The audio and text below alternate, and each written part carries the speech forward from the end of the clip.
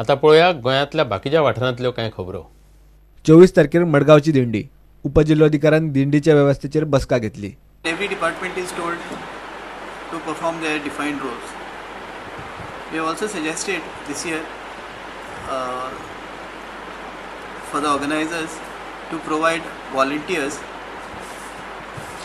to assist administration in maintaining the law and order and other things. बेकायदेशीर धिऱ्यो करतल्यांचेर कारवाय करची म्हूण हिंदू जनजागृती समिती आनी गोरक्षावाले मागतात। म्हापशा बाजारात समितीन धरणे धरून निदर्शनां केली। कर्नाटकात गोरक्षक प्रशांत पुजारीची हत्या केल्या। गोरक्षकांक संरक्षणा खातीर शस्त्रां दवरपाची मान्यताय दिवची म्हूण समिती मागता।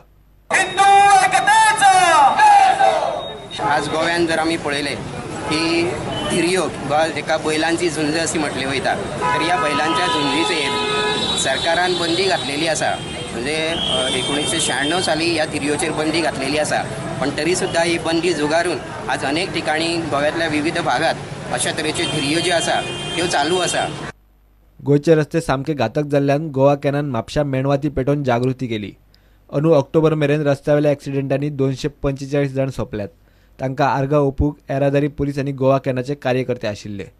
This year the theme for the World Remembrance Day is say no to road crime. आज गोंयान आमी पळयता चडशे एक्सिडेंट वाडटा ते हिट एंड रन एक्सिडेंट। लोक एक्सिडेंट करता, जो मनीस जमनीर पडून मरता थंय ताका सोडून वचपाचें, ही परिस्थिती गोंयान येयलेली आसा। सो इंटरनॅशनल थीम ह्या वर्साक घेतलेलो आसा से नो टू रोड क्रायम। पेशन जावं, रोड एनफोर्समेंट जावं, हे सगळे विशयाचेर पब्लीक इनवॉल्व जावन हे रोड एक्सिडेंटचो आंकडो आसा तो कमी करपाचो प्रयत्न आसचो। प्रुडंटा खातीर श्यामसुंदर फट्टे आनी दत्तराज नायक।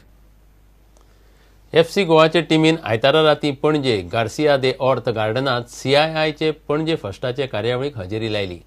पणजे स्मार्ट आनी स्पोर्ट्स लविंग शार म्हणून वयर सरचें, पणजे फुटबॉलाक सुविधा उबे जावच्यो म्हूण यत्न। महापालिकेक घेवन CIIचे पणजे फस्टाची आयतारा गार्डनात ही कार्यावळ जाता। FC गोवाचे Joaquim Abranches, Kattimani, Romeo, Mandar, Nicolau, Dudu, Gregory, Luka कार्यावळीक दिसले। पणजे फुटबॉल पार्क करचें म्हूण महापालिकेक तांणी निवेदनय दिलें। We are very delighted to be here. We wanted to hand over a petition on behalf of FC Goa, essentially to create something which is very unique for the city of Panjim, and which might be possibly the only of its kind project in the entire country. Creating a football park which is accessible not only to the professional footballers but also to a lot of these young kids and young citizens of the city. Certainly is a sense of expectation when we hand this over to you. So on behalf of the entire team and the management and the ownership, we wanted to hand this over to you.